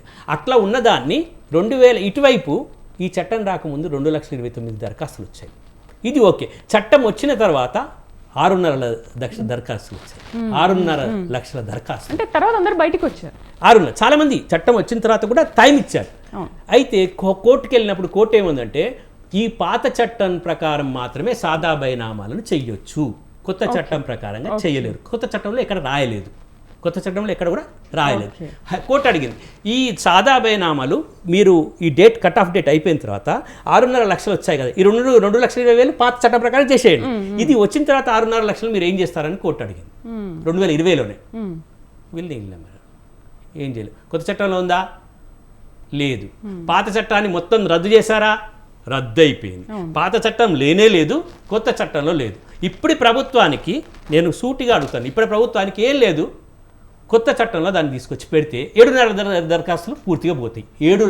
6 లక్షల దరఖాస్తులు లాస్ అయిపోయినట్టే కదా. 6.5 లక్షలు ఇప్పుడు పోతాయి. అంటే వాళ్ళకి దరఖాస్తు పరిష్కారం అవుతాయి. మా కమిటీకి తెలియదా? మరి అన్వేష్ రెడ్డి గారు అక్కడే ఉన్నారు, మరి వారికి తెలియదా? రేపు మీకే కదా పార్లమెంట్ ఎన్నికల్లో బాగా ఓట్లు పడతాయి, ఎవరు చేస్తే వాళ్ళకి ఓట్లు పడతాయి. అంటే చెప్తున్నాను, అంటే ఇక్కడ ఏం జరుగుతుంది, మీరు ఎందుకు 7 లక్షల దరఖాస్తులు ఆపుతున్నామని మేము మిమ్మల్ని సూటిగా ప్రశ్నిస్తున్నాం కొత్త ప్రభుత్వాన్ని. మీకు మీరు 7.5 లక్షల దరఖాస్తులు మీరు ఎందుకు ఆపారు? ఎందుకు ఆపారు? అక్కడ 2 లక్షల కోర్టు ఆపింది, మీరు దాన్ని చేయొచ్చు కదా. ఒక చట్టంగా చేయడానికి ఇంత కాలయాపన చేస్తే రేపు పార్లమెంట్లో మీకు ప్రాబ్లం అవుతుంది. రేపు మాలాంటి వాళ్ళందరూ ఇంకా ధనిలో అవుతులేవని చెప్తాం. రేపు పార్లమెంట్ ఎన్నికలకు ముందే ఈ పని చేయండి అని మీ ద్వారా, ఈ వేదిక ద్వారా మరి అన్వేష్ రెడ్డి గారి ద్వారా దీని గురించి ఏమంటారో చూద్దాం. సురేష్ గారు, దీంట్లో నేను సాది గారితో వివరిస్తానండి. సాదా బైనామా, సాదా బైనామా అనేటువంటిది 1/89 ఎన్టీ రామారావు గారు తీసుకొచ్చిన 5A amendment act. Original act వచ్చి 1971 ROR యాక్ట్. ఎన్టీ రామారావు గారు వచ్చాక 1/89 ద్వారా సాదా బైనామా రెగ్యులేట్ చేస్తూ ఒక వ్యక్తికి అంతకుముందు ఒక ఐడెంటిటీ కార్డ్ అనేది లేకుండేది, పాస్బుక్ను టైటిల్ డీడ్ చేయడం జరిగింది. 1/89 ద్వారా ఎవరైతే ఒక కట్ ఆఫ్ డేట్ ద్వారా సాదా బైనామా ద్వారా కొనుక్కున్నారో వాళ్ళని రెగ్యులేట్ చేయొచ్చు అని చెప్పేసి ఫామ్ 10లో అప్లికేషన్ పెట్టుకుంటే అప్పుడున్నటువంటి ఎంఆర్ఓ ఫామ్ 11, ఫామ్ 12 అలా ఎంక్వైరీ చేసుకొని అసలు పొజిషన్లో ఉన్నాడా లేదా, నిజంగానే కొన్నాడా, కొంటే డేట్ ఆఫ్ పర్చేజ్ నుంచి పొజిషన్లో ఉన్నాడా చూసుకొని పర్చేజ్ డేట్ నుంచి కొంత అమౌంట్ కలెక్ట్ చేసుకొని రెగ్యులరైజ్ చేశారు 13A, B, C ఇచ్చుకుంటూ. అవి చాలా మటుకు అయిపోయాయి. నాకు తెలిసినంత వరకు అసలు సాదా బైనామా 1, 2 తప్పితే అన్ని లక్షల దగ్గర లేవు. ఇక్కడ జరిగింది ఏంటంటే వాడు ఎవడో పాపం కొన్నవాడు రిజిస్టర్డ్ డాక్యుమెంట్ ద్వారా ఒక పట్టదారు నుంచి కొన్న తర్వాత ఆయన పేరు మ్యూటేషన్ అయిపోయి ఆయన పేరు పాస్బుక్ వచ్చిన తర్వాత ఇప్పుడు సాదా బైనామా అనేసరికి అదే పట్టేదారు వేరొన్ని సాదా బైనామా రిజిస్టర్డ్ డాక్యుమెంట్ కంటే ముందు డేట్తో అమ్మినట్టు. దానివల్ల అనవసరం సివిల్ తగాదాలు వస్తాయి. పాపం వీడు న్యాయంగా రిజిస్టర్డ్ డాక్యుమెంట్ చేసుకున్నోడు పాత డేట్లో సాదా బైనామా రాపిచ్చిందుకుంటే సివిల్ డిస్ప్యూట్ వస్తుంది. అది మరి నాకు తెలిసినంత వరకు అయితే నేను ప్రాక్టికల్గా ROR యాక్ట్ కూడా చూశాను, చాలా మటుకు అయిపోయాయి. ఎక్స్చేంజ్ కూడా చేశారు, ఎక్స్చేంజ్ చేసి వచ్చారు. అన్ని లక్షలు ఎట్లా వచ్చాయని నాకే అనుమానం వస్తుంది. అంటే ఇది కేవలం క్రియేటెడ్ ఏమో నాకు అనుమానం. నేనేమంటానంటే ఒక నిమిషం తిరస్కారం చేయండి, దరఖాస్తులు మీరు పెండింగ్ పెట్టుకోకండి. ఇప్పుడు సార్ చెప్పినట్టు ఎవరో ఇచ్చిందని అంటున్నారు కదా, ఏదో అయిందంటున్నారు కదా, దరఖాస్తులు 7.5 ఉన్నాయా లేవా ఖచ్చితంగా చెప్తున్నాం. మేము ఈరోజు ఏం చెప్తున్నామంటే, ఒకటే నిమిషం అండి, ఈరోజు ఏం చెప్తున్నామంటే 7 లక్షల దరఖాస్తులు ఖచ్చితంగా 6.5 లక్షల దరఖాస్తులు మీరు హైకోర్టు ఇచ్చిన ఆర్డర్ చూడండి, హైకోర్టు ఇచ్చిన ఆర్డర్లో 6.5 లక్షల దరఖాస్తులు ఉన్నాయి, తిరస్కరించండి. కాదని చెప్పండి, ప్రజలకు ఎందుకు మభ్య పెట్టడం, కాదు అని చెప్పండి. మీరు అంటున్నారు కదా తిరస్కరిస్తే సివిల్ డిస్ప్యూట్ ఒక రకం బ్లాక్ మెయిల్ మరి ఏం చేస్తారు ఆ దరఖాస్తులను, ఏం చేస్తారు ఆ దరఖాస్తులు? Very is a question. తీసుకోవడం తప్ప అంటున్నారు. నో తీసుకోవడం తప్పండి, అయిపోయింది. ఇప్పుడు ఆ దరఖాస్తులను మనం ఏం చేయాలి, పరిష్కారం చేయాలి. లేదని చెప్పండి, భూమి మీద బొమ్మని చెప్పండి. ఇప్పుడు ఈ మార్చి 1 నుంచి 10 వరకు బొమ్మని చెప్పండి, చూడమని చెప్పండి. తహసీల్దార్లు ఉన్నారు, VROలు ఉన్నారు, VRO లేరు, VRO వ్యవస్థను పెట్టండి, లేకపోతే ఇంకేమైనా చేయండి, తొందరగా చేయండి. ఈ 7.5 లక్షల దరఖాస్తులు అయితే మీకు ఈజీయే కదా. ఇది దేనితో సంబంధం లేదు, వాడికి భూమి ఉందా లేదా, సాదా బైనామా వాడు ఉన్నాడా, పొజిషన్ ఉన్నాడా లేదా చూడండి. అప్పుడే మేమైతే ఒకటి మాట చెప్తున్నాం, పార్లమెంట్ ఎన్నికల ముందు కనుక చేయకపోతే ఖచ్చితంగా పార్టీలు నష్టపోతాయి. ఎఫెక్ట్ పడే అవకాశం ఖచ్చితంగా అండి, ఖచ్చితంగా మేము అది చూపిస్తాం. మళ్ళీ ఎలక్షన్ తర్వాత మేము ఇక్కడే కూర్చుంటాం, మేము ఖచ్చితంగా చూపిస్తాం. అన్వేష్ గారు ఏమంటారు, మరి ఎలక్షన్ ఎఫెక్ట్ పడే అవకాశం ఉంది అంటున్నారు, మరి ఆ 7.5 లక్షల దరఖాస్తుల్ని మీరు తీసుకుంటారా లేకపోతే లైట్ తీసుకుంటారా, వదిలేస్తారా? వాళ్ళకు కూడా న్యాయం చేయాలి కదా మరి. హలో అన్వేష్ గారు. అమ్మా, ఇప్పుడు సాదిక్ గారి ఆవేదనలో అర్థం ఉంది. ఎందుకంటే తాను ధరణి మీద అనేక జిల్లాలు తిరిగిండు. అప్పుడు మేము కూడా అనేక రకాలుగా గ్రామాలలో తిరిగి ధరణి సమస్యల మీద మాట్లాడిన సందర్భాలు ఉన్నాయి. మరి ఇప్పుడు సాదా పరిణామాలు అనేది 6.5 లక్షలు అంటారు సార్, కానీ నాకు తెలిసి 9 లక్షల అప్లికేషన్ పెండింగ్ లో ఉన్నట్లు ఉంది. ఏమంటున్నామమ్మా, ఇప్పుడు ప్రభుత్వం చిత్తశుద్ధితో ఖచ్చితంగా ఈ సమస్యను పరిష్కారం చేయాలనేటువంటి ఒక ఆలోచన ఉన్నది. ఎందుకంటే ఈ తెలంగాణ సమాజమే, తెలంగాణ జరిగిన పోరాటాలే భూమి చుట్టూ జరిగినటువంటి పోరాటాలు. ఎంటైర్ దేశంలో ఏ పోరాటం చూసినా ఇక్కడ మాత్రం భూమి చుట్టే తిరిగి పోరాటాలు జరిగినాయి. అది వాస్తవం. అంటే అది నక్సల్బాద్ ఉద్యమం కావచ్చు, అంతకుముందు భూ పోరాటం కావచ్చు, ఏ పోరాటమైనా భూమి చుట్టే తిరిగినటువంటి ఈ తెలంగాణ గడ్డ. కాబట్టి ఈ భూమి సమస్యను పరిష్కరించాల్సిన బాధ్యత ఖచ్చితంగా మా ప్రభుత్వం మీద ఉంది. అది చేస్తాం. కానీ దాంట్లో భాగంగానే ఇవల్ల ఏదైతే పూర్తిగా ఎట్లా చేయొచ్చు, ఎట్లాంటి ప్రాబ్లమ్స్ వస్తున్నాయి, ఆ ప్రభుత్వం ఎందుకు అప్లికేషన్ పెండింగ్ పెట్టేది, ఎందుకు పరిష్కరించలేకపోయింది అనేటువంటి ఒకటి ఖచ్చితమైనటువంటి ఒక సమీక్ష జరుగుతూ ఉన్నది. అందుకోసం కమిటీ వేయడం జరిగింది. దాని కమిటీ పూర్తిగా రిపోర్ట్ ఇచ్చిన తర్వాత ఖచ్చితంగా ఈ భూమి సమస్యను ఖచ్చితంగా పరిష్కారం చేస్తుంది. కానీ పార్లమెంట్ ఎన్నికలు ఉన్నాయి, ఉండొచ్చు. కానీ అల్టిమేట్ కావాల్సింది మళ్ళీ ఇట్లాంటి సమస్యలు ఎదురుకాకుండా కంపల్సరీ ఏ రైతు అయితే హక్కుదారున్నాడో వాళ్ళకు మళ్ళీ సమస్య రాకుండా పరిష్కరించాల్సిన బాధ్యత ప్రభుత్వం మీద ఉంది. అందుకని కొంచెం కలయపన అనేది జరుగుతుందనే వెనుక కూడా ఈ పూర్తిగా రిపోర్ట్ తయారు చేయబడతా ఉన్నది. చాలా గ్రామాలలో ఇప్పుడు మా టీములు తిరుగుతా ఉన్నాయి, గ్రామాలలో పనిచేస్తా ఉన్నారు, రైతుల దగ్గరికి పోతా ఉన్నారు, ఎట్లాంటి సమస్యలు ఉన్నాయంటే ఎదుర్కొంటారనేటువంటి పూర్తిగా ఒక పేపర్ వర్క్ చేస్తా ఉన్నాము. దాని తర్వాత ఖచ్చితంగా పరిష్కారం చేసినటువంటి బాధ్యత ప్రభుత్వం మీద చేస్తుంది. కానీ సాదిక్ సార్ ఆల్రెడీ తిరిగిండు కదా, బూరిగడ్డ ప్రక్షాళన ధరను తిరిగి ఇంకెప్పుడు చేస్తారంటే ఆవేదన ఉంది, దానికి అర్థం ఉంది. మేము కూడా గట్లా అడిగినాం ఆ రోజుల్లో కూడా. కానీ ఇప్పుడు కూడా మాకు బాధ్యత ఉంది. ఖచ్చితంగా ప్రభుత్వంతో మాట్లాడతాము, ఖచ్చితంగా ఈ సమస్యను పరిష్కారం చేసే దిశగా మేము కృషి చేస్తామని చెప్తా ఉన్నామమ్మా. ఓకే, ప్రవీణ్ గారు ఏమంటారు అంటే, ఇంతకు ముందు మీరు మాట్లాడారు విత్ ఇన్ 1 వీక్ 10 daysలో ఇది పరిష్కారం కావాలి అంటే చాలా కష్టం అంటున్నారు. ఎందుకు అంత కమిటీ సభ్యులందరూ నిర్ణయించారు ఈ లోపు జరగాలి అని. బట్ ఎందుకు 5 సభ్యులు కమిటీతో ఎందుకు అవ్వదని అనుకుంటున్నారు? సో దీన్ని చేయాలంటే ఎంతమంది ఉండాలి? ఆ కమిటీ అసలు ఎట్లాంటి సమస్యలు వస్తున్నాయి, ఏం చేయొచ్చు అని చెప్పేసి ఒక రిపోర్ట్ కోసం కమిటీ పనిచేస్తారమ్మా. కమిటీ అల్టిమేట్ గా ఇది ఇట్లా చేయండి అని చెప్పడం కాదు. మొత్తం ఎంటైర్ ఆ కమిటీ ఎట్లాంటి సమస్యలు వస్తున్నాయి, ఎందుకు పెండింగ్ ఉన్నాయి, TN30 ఎందుకు పెండింగ్ ఉన్నాయి, సాదాబారం ఎందుకు పెండింగ్ ఉన్నాయి, అసలు వాళ్ళు చేసినటువంటి ఏ ప్రమాణికంగా వాళ్ళు ఇదివరకు అప్లికేషన్ చేసిన ఎట్లా చేశారు, పెండింగ్ ఎందుకు ఉన్నాయి అనేటటువంటి పూర్తిగా ఒక సమీక్ష చేస్తా ఉన్నారు, సర్వే చేస్తా ఉన్నారు. దాని తర్వాత ప్రభుత్వానికి అల్టిమేట్ రిపోర్ట్ ఇచ్చిన తర్వాత ప్రభుత్వం నిర్ణయం తీసుకుంటారు. కమిటీ నిర్ణయం కాదు అక్కడ, ప్రభుత్వం దాని తర్వాత నిర్ణయం తీసుకొని దీని కానీ మీరు పెట్టుకున్న టైంలో మార్చి మొదటి వారం వరకు దీనికి పరిష్కారం కాదు అంటున్నారు కదా ఇక్కడ నిపుణులు కూడా. 1 వీక్లో పరిష్కారం కాదు అంటున్నారు కదా. ప్రవీణ్ గారు ఏమంటారు? ప్రవీణ్ గారు 2,45,000 ఇప్పుడైతే మార్చి మొదటి వారంలో పరిష్కారం చేయాలి అంటున్నారు. మరి అలా అంటే ఇప్పుడు చాలా పెండింగ్ లో ఉన్నాయి, అవి చాలా 1 month లో అయిపోవచ్చు కదా ప్రవీణ్ గారు. అమ్మా ఇప్పుడు అన్వేష్ గారు, ప్రవీణ్ గారు మాట్లాడతారు, ఏం మాట్లాడతారో విందాం ఒకసారి. చెప్పండి ప్రవీణ్ గారు. ధరణి వచ్చిన కొత్తలనే తెలంగాణ రియాల్టర్స్ అసోసియేషన్ ధరణిలో ఉన్నటువంటి సమస్యలను గుర్తించి రాష్ట్ర వ్యాప్తంగా ధరణిని రద్దు చేయాలని ఉద్యమం చేయడం జరిగింది. సచివాలయాన్ని కూడా తెలంగాణ రియాల్టర్స్ అసోసియేషన్ ముట్టడి చేసింది. ఆనాటి సిఎస్ సోమేష్ కుమార్ గారి కోరిక మేరకు ధరణి సమస్యలను మేము లిఖిత పూర్వకంగా రాసిచ్చాము. ఆ తర్వాతనే గత గవర్నమెంట్ కొన్ని మాడ్యూల్స్ తీసుకురావడం జరిగింది, కొన్ని సమస్యలను కూడా పరిష్కరించింది. సమస్యలు ఏమున్నాయో రికార్డ్ అయి ఉన్నాయండి.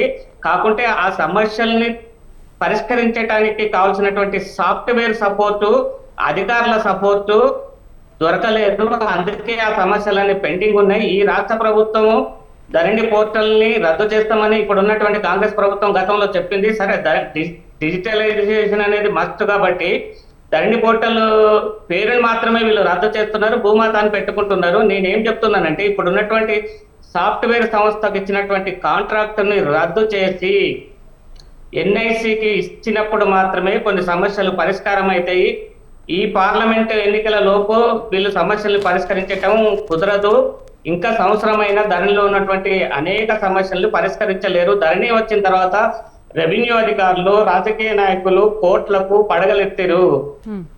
లంచాల రూపంలో కానీ భూముల రూపాన కానీ అంటే ధన రూపంలో కానీ భూముల రూపాన కానీ కోట్లాది రూపాయలు సంపాదించడం జరిగింది. ధరణి అనేది అధికారులకు రాజకీయ నాయకులకు మాత్రమే లబ్ధిని చేకూర్చింది, కానీ రైతులకు ఎలాంటి ఉపయోగాన్ని ఇవ్వలేదు. పైగా నిజమైనటువంటి రైతులు ఎవరైతే యజమానులైనటువంటి రైతులకు ఇప్పటి వరకు రైతు బంధు కూడా రానటువంటి పరిస్థితిలో ఉంది. మరి అట్లాంటి వాళ్లకు సరే ఆ కమిటీలో ఉన్నటువంటి 5 సభ్యులు చాలా ఉత్తమైనటువంటి సభ్యులు, నాలెడ్జ్ ఉన్నటువంటి వాళ్ళు, కానీ పరిష్కరించడం వాళ్ళ 5 తోటే కాదని తెలంగాణ రియాల్టర్స్ అసోసియేషన్ చెబుతుంది. జిల్లాల వైజ్గా మండల వైజ్గా వాళ్ళ కింద ఇంకా కొంతమంది ఉద్యోగులను నియమించి స్థానికంగా గ్రామాలకు వెళ్ళి అక్కడ ఏ సమస్యలు ఉన్నాయి, ఏ రైతు ఏ సమస్యలతోటి బాధపడుతుందో తెలుసుకొని పరిష్కరించినప్పుడు మాత్రమే ధరణి సమస్యలు పరిష్కారం అవుతాయి. చాలా డెప్త్ గా వెళ్ళాలి. పరిస్థితి ఏంటంటే ఈ సామాన్య రైతుకు ఎంఆర్ఓ కలవలేడండి, కలెక్టర్ ఏడా కలుస్తాడు చెప్పండి? సిసిఎల్ఏ నవీన్ మిట్టల్ గారు కలుస్తారా?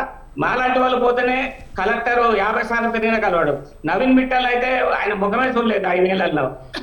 అట్లాంటి పరిస్థితి ఉంది. ఈ పెద్ద అధికారులు సామాన్యుల్ని కలిసేటటువంటి పరిస్థితిలో లేరు. వాళ్ళు రాజకీయ నాయకుల సేవలోనే ఐఏఎస్లు ఐపీఎస్లు బతుకుతున్నారు. సామాన్య రైతు దగ్గరికి పాలన పోవాలంటే కింది స్థాయి ఉద్యోగులకు మాత్రమే రైట్స్ ఇచ్చినప్పుడు మాత్రమే వాళ్ళ సమస్యలు గుర్తించి పరిష్కరించడానికి ఆస్కారం ఉంటుందని చెప్పి మేము తెలంగాణ రియాల్టర్స్ అసోసియేషన్ తరఫున ఈ కాంగ్రెస్ ప్రభుత్వానికి చెప్తున్నాం. ఈ కాంగ్రెస్ ప్రభుత్వంలో ఉన్నటువంటి ఆనాటి కొంతమంది రాజకీయ నాయకులకు ధరణి లోపాలని మేము గంటలు చెప్పినటువంటి సందర్భాలు ఉన్నాయి. వాళ్ళ రైతు డిక్లరేషన్ అప్పుడు కూడా ఏ రకమైనటువంటి భూమి ఈ రాష్ట్రంలో ఎంత ఉంది అనే వివరాలు మేము అందజేసినాం. ఈ ప్రభుత్వానికి మేము అనేక విషయాలను రిటర్న్ గా కానీ మౌఖికంగా కానీ ప్రభుత్వం ఏర్పడక ముందు చెప్పడం జరిగిందండి. అయితే ఇప్పుడున్నటువంటి సమస్యలని ఈ ప్రభుత్వం పరిష్కరించాలనే చిత్తశుద్ధితోటి ఉంటే ఎలాంటి లాభాపేక్ష లేకుండా వీళ్ళు పరిష్కరిస్తామంటే నిజంగా వీళ్ళు సీరియస్ గా తీసుకుంటే 3 నెలల్లో ధరణి సమస్యలను పరిష్కరించండి. ఆల్రెడీ సమస్యలు గుర్తించడం జరిగింది కాబట్టి పరిష్కరించడం పెద్ద కష్టమేం కాదు. ఇప్పుడు చాలా రియల్ ఎస్టేట్ వెంచర్లకు, ప్రభుత్వ భూములకు, భూదాన్ భూములకు మరి పాస్బుక్స్ ఇవ్వటం జరిగింది. ఆ పాస్బుక్స్ ను కూడా రద్దు చేయాల్సినటువంటి పరిస్థితి ఉంది. ఎవరికైతే భూమి లేని వాళ్ళని భూమి ఉన్న వాళ్ళగా ధరణి మార్చింది, వాళ్ళకు రైతు బంధు కూడా ఇస్తుంది, వాళ్ళకి హక్కులు ఇచ్చింది. కాబట్టి మరి అట్లాంటి వాటిని కూడా వీళ్ళు మరి రద్దు చేసే అవకాశం ఉందా లేదా అనేది ఈ ప్రభుత్వం మరి చెప్పాల్సినటువంటి అసలు ధరణి పోర్టల్ ను ప్రైవేటు సంస్థలకు ఎందుకు అప్పగించాయనే క్వశ్చన్ కూడా రైజ్ అవుతుంది కదా. ఎందుకు అప్పగించారంటే ఇప్పుడు ఆ ప్రైవేటు సంస్థలకు అప్పగించడం వల్లనే కదా అందులో వాళ్ళ మాటలు వినేసి వాళ్ళు దోచుకున్న సంఘటనలు కూడా ఉన్నాయని అంటున్నారు. మరి ఎంతవరకు నిజం అది? ఖచ్చితంగా ఈ పోర్టల్ తయారు చేస్తున్నప్పుడే ఈ పోర్టల్ మనం తయారు చేస్తున్నాం కదా, మేము చెమటోడు తయారు చేస్తున్నాం అని చెప్పిండ్రు. ఆ చెమటోడు ఇచ్చినందుకు మనకు ఫలితాలు కావాలని కూడా ఆశించిండ్రు పాలకులు. అప్పటి పాలకులు ఏం చేసింది, ఒక కుట్ర చేశారు. ఎక్కడెక్కడ వక్బూడ్లు ఉన్నాయి, వక్ భూములు ఉన్నాయి, ఎక్కడ దేవాదాయ భూములు ఉన్నాయి, ఈ భూముల లోపలే మనం ఏ మేరకు వీటిని ఆక్రమించుకోగలం, వాటికి సపరేట్గా మరి క్షమించాలి మా పక్కన జేసీ గారు ఉన్నారు, ఇట్లాంటి అధికారులను రిటైర్డ్ అధికారులను తీసుకొని ఒక ముఖ్య ఒక కమిటీ లాగా చేసేసుకొని వాళ్ళు ఇవన్నీ ఆక్రమణలు ఏం చేయాలి, ఏవేవి చేయాలో అన్నీ ఆ పోర్టల్లోకి నెట్టేశారు. ఈ పోర్టల్లోకి నెట్టడం వల్ల ఏం జరిగింది, ఈ పోర్టల్లో ఉన్న భూములన్నీ కూడా వేరే వాళ్ళ పేర్లు వచ్చాయి. మీ పేరు, నా పేరు, అందరి పేర్లు వచ్చాయి. ఒక ముఖ్యమైన విషయం చెప్తాను. ఒక దొర ఇంటికి స్థలాలన ఒక రిజిస్ట్రేషన్ ప్రాసెస్ వచ్చింది. ఇప్పి చూస్తే పాస్బుక్లు 30 నుంచి 50 ఎకరాల పాస్బుక్లు. అంటే ఒక లక్కీ లాటరీ వాళ్ళకు. ధరణి ఒక లక్కీ లాటరీ. 30 ఎకరాలు మనకు ఉందండి, అవును, రేపటి నుంచి మనకు రైతు బంధు వస్తుంది, నెలకు వస్తుంది. ఇది మనకు 30 ఎకరాలు ఉంటే రైతు బంధు వస్తుంది. అట్లాంటివి జరిగినాయి, అట్లా జరిగినాయి.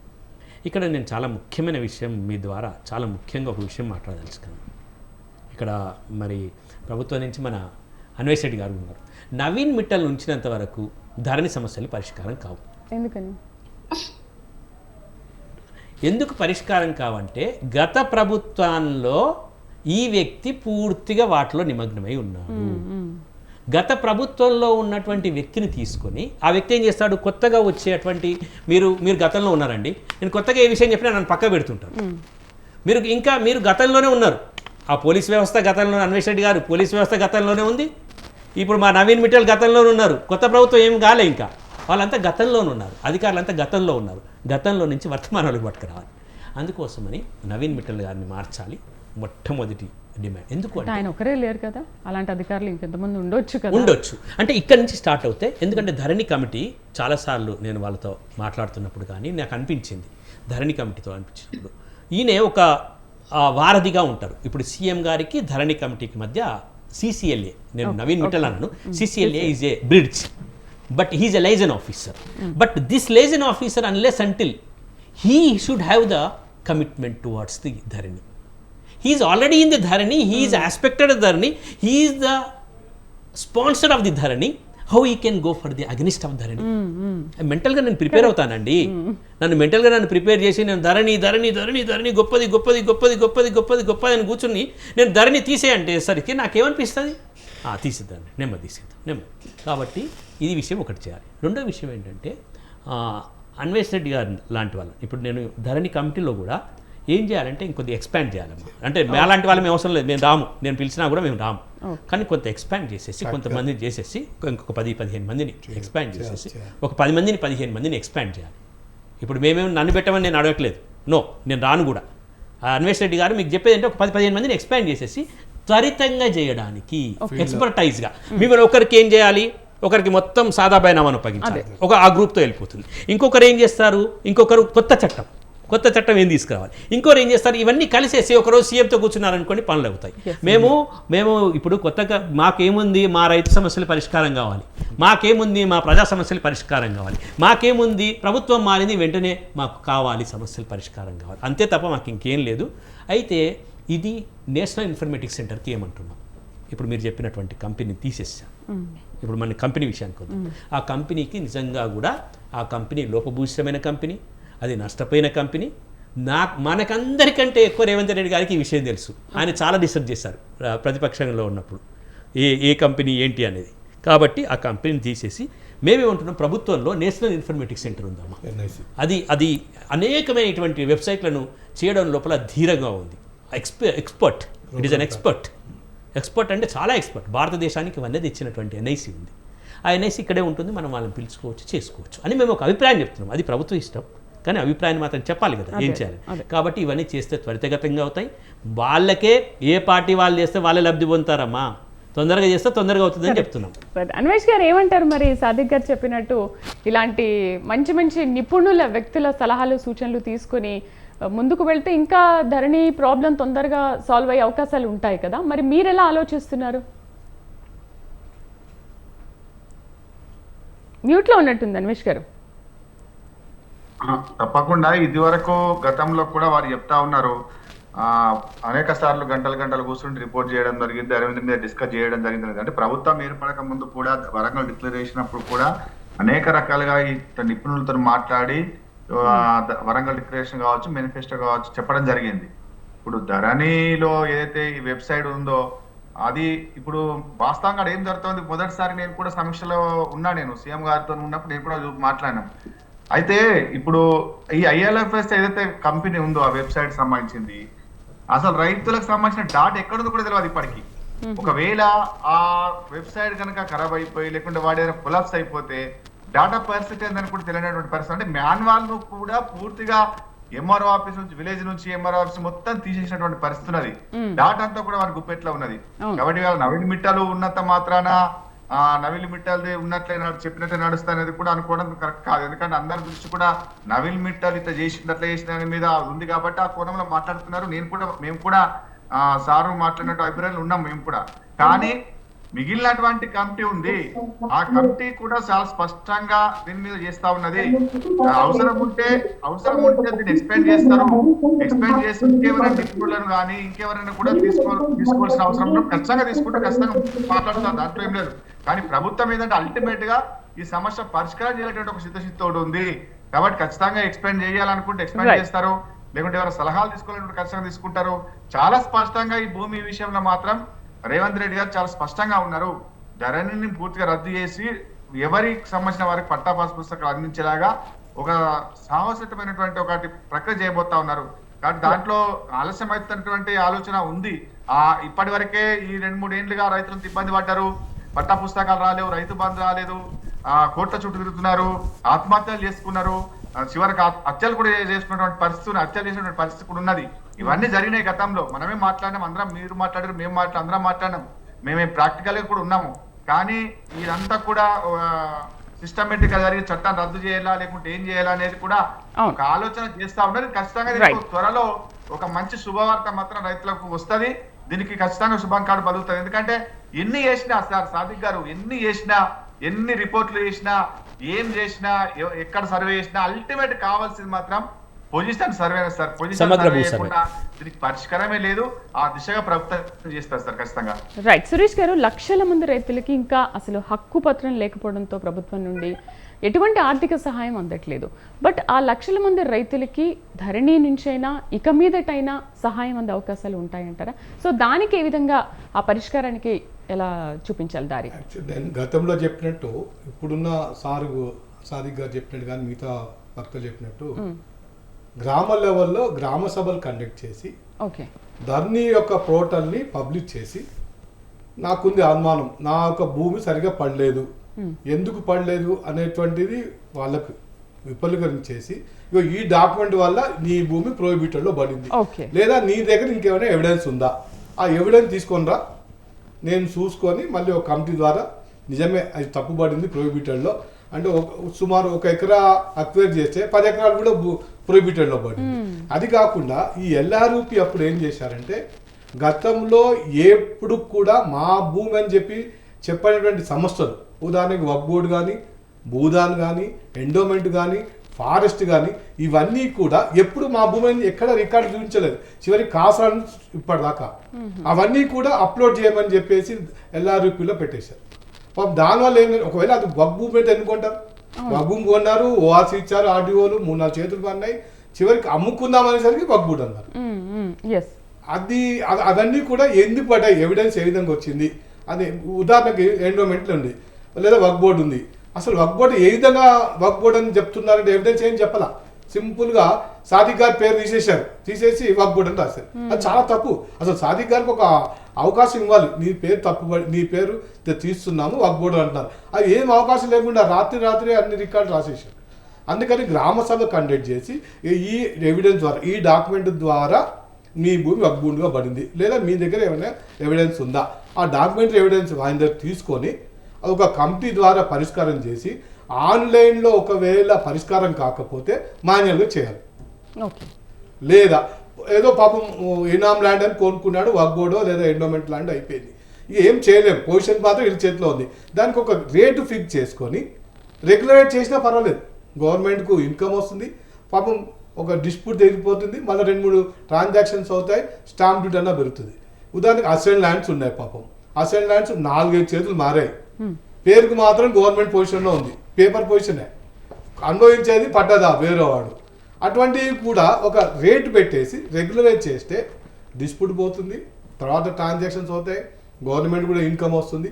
అంటే నా ఉద్దేశం అంటే గ్రామ సభ ద్వారానే అందరికీ అవకాశం ఇచ్చేసి ధరణిని పబ్లిష్ చేసి కమిటీ ద్వారా, ఒక ఉన్నత కమిటీ ద్వారా పరిష్కారం చేసుకోవాలి. ఒకవేళ చేసిన తర్వాత కూడా లేదు, నీ యొక్క ఆబ్జెక్షన్ మేము కన్సిడర్ చేయట్లేదు అన్నప్పుడు ఒక ట్రిబ్యునల్ పెట్టాలి, కన్సిస్టింగ్ ఆఫ్ రిటైర్డ్ జడ్జి, ఒక డిప్యూటీ కలెక్టర్ని ట్రిబ్యునల్ పెట్టి, నీ సమస్య ఈ కారణం వల్ల నిన్ను పరిష్కారం చేయట్లేదు అన్నప్పుడు నువ్వు ట్రిబ్యునల్ అప్రోచ్ కా. అసలు అప్పీల్ పొజిషనే లేదు కొత్త యాక్ట్లో, చెప్పిందే వేదం, తహసీల్దార్ చెప్పిందే వేదం. ఈవెన్ కలెక్టర్స్ కూడా చాలామంది అప్పుడున్న ఒత్తిడితో, ఇవో నీ లాగిన్లో ఇన్ని పెండింగ్ ఉన్నాయి తీసేయడం కానీ రిజెక్టెడ్. ఏ రూల్స్ కాకుండా వీళ్ళే మార్పులు చేర్పులు చేశారు, చాలా చేశారు. అబ్బో ఇక అది చెప్పకూడదు కానీ మెయిన్ డిపార్ట్మెంట్లో ఉండి కానీ చాలా మంది, అంటే అది కూడా పెద్దవాళ్ళు మాత్రం అయినాయి, అది చిన్నవాడు మాత్రం అది దగ్గర రానియలేదు, దానివల్ల జరిగింది. సాదిక్ గారు, అంటే ఇంట్లో దొంగలు పడ్డట్టు ధరణి పోర్టల్లో కూడా దొంగలు పడ్డారా ఏంటి? అసలు డిజిటల్నే మార్చేశారు అని అంటే మరి ఈ ఇప్పుడున్న సాఫ్ట్వేర్లో ఎటువంటి మార్పులు చోటు చేసుకుంటే ఆ సమస్యకి పరిష్కారం దొరుకుతుందంటారు? అసలు డిజిటల్లో దొంగలు పడ్డం ఏంటి? అంత పకడ్బందీగా ఎలా మార్చేస్తారు? మొట్టి దొంగలు అంటే బాగుండదమ్మా, బందిపోటు దొంగలు వీళ్ళు. ఎంత ఘోరంగా అంటే భూమి అమ్మ, భూమి కొరకు, భక్తి కొరకు, విముక్తి కొరకు మన తెలంగాణ పోరాటం చేసింది. ఒక భూమితో ప్రత్యేకమైన అనుబంధం ఉంటుంది తెలంగాణ. అమ్మో, ఆ భూమి అంటేనే భూమిని నమ్ముకోవడం, ఆ భూమి మీద ప్రజలకి నాకు ఇంత భూమి ఉంది ధైర్యంగా చెప్పుకోవడం ఈరోజు తెలంగాణ వాసులకు కలవ. కానీ ఆ ధరణి మీద, ఆ భూమి మీద ఆ ప్రజలకి అధికారం లేకుండా భూమి ఎప్పుడైతే జిల్లాల వారీగా జిల్లాలు పెంచడం వల్ల, లేదా జిల్లాలను పెంచి ఒక భూమిని సృష్టించి ఆ భూమి ద్వారా మేము ఈరోజు ధరలు పెంచామని పాలకుడే చెప్పుకోవడం సిగ్గుచేటమ్మా. ఈ భూమిని అమ్ముకోవడం మొదలుపెట్టింది ప్రభుత్వమే. అంటే భూమికి సంబంధించి గత పాలకులు 10 సంవత్సరాలుగా చిత్రవద చేశారు తెలంగాణలో ఏ ఆస్పెక్ట్లో కూడా. ఎందుకంటే వాళ్ళ వెనుక ఉన్న ఒకే ఏంటంటే ఒక భూమిని వారు ఒక ఆదాయ మార్గంగా చూసింది. ఈరోజు భూములకు సంబంధించి కోట్లకు కొద్దిగా సంబంధించినటువంటి హత్యలు కానివ్వండి, ఆత్మహత్యలు కానివ్వండి, భూమి ఈరోజు ఒక పెద్ద ఆదాయ వనరు. ఎవరికి? బందిపోట్లకి. నేను దుర్మార్గంగా చెప్పాలంటే అవినీతి చేసే వాళ్ళకి, ప్రతి కలెక్టర్కి ఈరోజు ధరణి ఒక పెద్ద అక్షయ పాత్ర. కానీ ఎంతమంది కలెక్టర్లు, ఒక రెగ్యులర్ కలెక్టర్, ఒక యంగ్ చాప్ కలెక్టర్ మేము చూసాము, immediately fall down into the Dharani track. కథం, డబ్బులు వస్తున్నాయి, ఇంటికి వెళ్ళిపోతున్నాయి. అంటే అవినీతి జరిగిపోయింది. ఇంత అవినీతి మధ్యలో ఉన్నటువంటి ధరణి మీద ఖచ్చితంగా మేము పోరాటం చేయాలని గత ప్రభుత్వంలో నిర్ణయం తీసుకున్నాం. అయితే ఇప్పుడు మేము ఏం కోరుకుంటున్నామంటమ్మా, ఇప్పుడు మీరు అడిగిన ప్రశ్నకి ఏంటంటే, ఇలా బందిపోట్లు పడ్డారు కదా, బందిపోట్లను విచారణ చేయాలి కదా. ఇప్పుడు కమిటీ చాలా స్పష్టంగా చెప్పిందమ్మా. అన్వేష్ రెడ్డి గారు ఇక్కడ చాలా ముఖ్యంగా వినాలి. కమిటీ సభ్యులకు అందరికీ ఒక ఏకాభిప్రాయం ఉంది. ఈ గోడ పగలగొట్టు, సరికొత్త మేడ కట్టు, ఈ ధరణితో కాదు, ఈ ధరణి మొత్తం కుప్పగూల్చాల్సిందే. వాళ్ళు ఏం చెప్తున్నా అంటే, ఇక ఈ పాత ఇంట్లో మనం ఈ కిటికీని ఆ కిటికీని చదవద్దుగా, మొత్తం తీసేసేయండి, స్టార్ట్ చేసేయండి. అయితేనే ఇవి సమస్యలు పరిష్కారం అవుతాయి. మీరు ఎంత సమయమైనా తీసుకోండి. ఇప్పుడు అన్వేష్ రెడ్డి గారు చెప్పినట్టు సమగ్ర భూ సర్వే ఖచ్చితంగా జరగాల్సిందే, అక్షాంశ రేఖాంశాలను ఖచ్చితంగా పెట్టాల్సిందే. గత ప్రభుత్వము, కేంద్ర ప్రభుత్వం నిధులిస్తే అమ్మా, గత ప్రభుత్వము, గత పాలకులు దుర్మార్గం ఏంటిదంటే, వాళ్ళు 140 కోట్లు ఇస్తే 10 కోట్లు మాత్రమే ఖర్చు పెట్టిండ్రు. కాబట్టి గత ప్రభుత్వానికి బుద్ధి చెప్పినాం, ధరణి ద్వారా బుద్ధి చెప్పినాం. మేము ఇప్పుడు వేచి చూస్తున్నాం ఈ కొత్త ప్రభుత్వం. రైట్, అన్వేష్ గారు చివరిగా చెప్పండి, అవినీతి పరులను ఏ విధంగా ఏరిపారేస్తున్నారు? ఇలాంటి, అంటే ఇప్పుడు మనం ఎగ్జాంపుల్స్ కొన్ని చూసాం, ఇలాంటి వాళ్ళు లేకుండా మీరు ఎటువంటి చర్యలు తీసుకోబోతున్నారు? చివరిగా మాట్లాడదాం. మ్యూట్లో ఉన్నారు అన్వేష్ గారు. అయితే ఇన్ని రోజులు ధరణిలో ఏ రకమైన అవినీతి జరిగింది, ఏ రకంగా రాత్రి భూములు కొట్టగొట్టిండ్రు, ఏ రకంగా ఒకరి భూమిని ఒకరికి ఎట్లా చేసిండ్రు, వీళ్ళు చేసినటువంటి గతంలో చేసినటువంటి చర్యల వల్ల 78 వదిలేసి మర్చిపోయినటువంటి భూములు కూడా చివరకు వాళ్ళ పుస్తకాల మీకు రాగానే గ్రామాలలో వచ్చి వాళ్ళే టీఆర్ఎస్ పార్టీ సంబంధించిన వాళ్ళు వాళ్ళతో మాట్లాడుకొని అంతా కూడా ఒక వ్యాపారం చేసినటువంటి పరిస్థితి మనం చూసినాం. కాబట్టి ఇప్పుడు అట్లాంటి పరిస్థితుల్లో అట్లాంటి తప్పులు జరగకుండా ఇవాళ దీన్ని సెట్ చేయాల్సినటువంటి బాధ్యత ఈ ప్రభుత్వం మీద ఉంది. ఎందుకంటే పెద్దలు సాదిక్ గారు చెప్పినట్లు కూడా ఈ ప్రభుత్వం ఏర్పడడానికి భూమి సమస్య కూడా ఒక కారణమే. ఎందుకంటే ప్రధానమైనటువంటి భూమి సమస్య అనేక రకాలుగా అందరు పోరాటం చేసి బయటకు వచ్చిన తర్వాత కొట్లాడిన తర్వాత కూడా ఆ ప్రభుత్వాన్ని ఓడించడం అనేది కూడా కీలక పాత్ర జరిగింది. కాబట్టి ఎట్టి పరిస్థితుల్లో దీన్ని పరిష్కారం చేయాల్సిందే, చేస్తారు. కాకపోతే ఈ కమిటీ ఒక స్పష్టమైనటువంటి ఒక నివేదికను మాత్రం ఇవ్వబోతా ఉన్నది. ఇది వరకు ఎక్స్టెన్షన్ చేసి గ్రామాలలో సర్వే అంటే కొన్ని మండలాల్లో చేస్తున్నాం సాదిక్ గారు. ఆల్రెడీ ఆచారంలో అన్ని గ్రామాలలో ప్రతి గ్రామంలో కూడా చేస్తారు. అల్టిమేట్ గా ఇది చేస్తూనే వెబ్సైట్ అనేది వెబ్సైట్ తోటి అనేక రకాలు జరిగినాయి. వెబ్సైట్ మార్చినంత మాత్రాన అది కాదు, కానీ పూర్తి దాంట్లో లోపాలను సరిచేస్తున్న బాధ్యత మా ప్రభుత్వం మీద ఉంది. రైట్ అన్వేష్ గారు, రైట్ అండి. చర్చలో పాల్గొనేందుకు సురేష్ పొద్దార్ గారికి, అలాగే సాదిక్ గారికి, అన్వేష్ రెడ్డి గారికి, నారగొని ప్రవీణ్ కుమార్ గారికి థ్యాంక్ యూ అండి. సో ధరణి ప్రారంభమైన 2020 అక్టోబర్ నుంచి జనవరి వరకు చూసుకుంటే దాదాపు 16 లక్షల పైన దరఖాస్తులు ఉంది. అందులో 2,45,000 ప్రస్తుతానికైతే మార్చి మొదటి వారంలో పరిష్కారం చేయాలని ప్రభుత్వం చెబుతోంది. మరి అంత తొందరగా పరిష్కారం చేస్తే నాకు తెలిసి 16 లక్షల పైన ఉన్న దరఖాస్తులు చాలా ఈజీగా సాల్వ్ అయ్యే అవకాశాలు కనిపించవచ్చేమో. సో చూద్దాం ఏం జరుగుతుంది. ఇది వాళ్ళ డిబేట్. నమస్తే.